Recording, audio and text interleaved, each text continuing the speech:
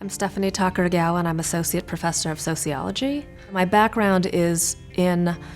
something called visual anthropology, which is the anthropology of visual communication that looks at how media, semiotics, film, photography, art, how all of those things are reflections of culture. I became particularly interested in how history and anthropology and culture are represented in museums. So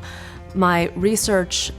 for my dissertation was on the Japanese American National Museum, and I was interested in how that particular history of the Japanese American internment and the immigration and this very long history was represented and how that impacted the community. Because as a Japanese American, when I was growing up, the internment was not something that my family ever spoke about, even though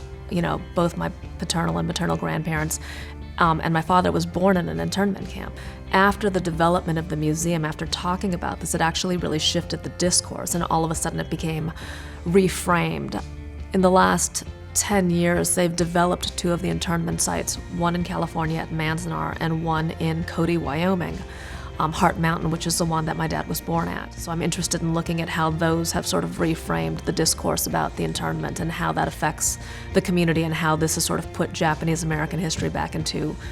more mainstream American history. One of the things that's made this project really great is that California is the site of a lot of this information, so students have become really interested in learning about it, and also because it has become part of the curriculum for California education. I think it's really important to include an experiential research community, any kind of component that actually connects what it is that students are doing in the classroom to something that's outside on the ground. I teach a class called the Anthropology of Space and Place, which is conducted at Disneyland, where we study social theory and how that impacts the way people behave by watching people at Disneyland, which is a lot of fun because there's all these theories about behavior, and being able to actually apply them to people who are just behaving in what they think is a natural way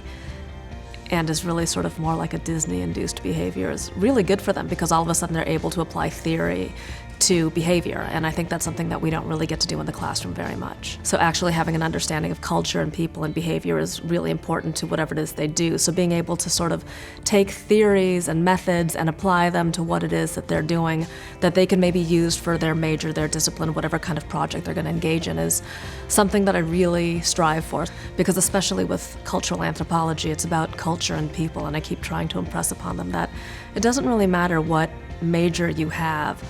At some point, you're going to interact with people. Anthropology is a good way of sort of looking at other cultures in order to really think about what it is you're doing in your own.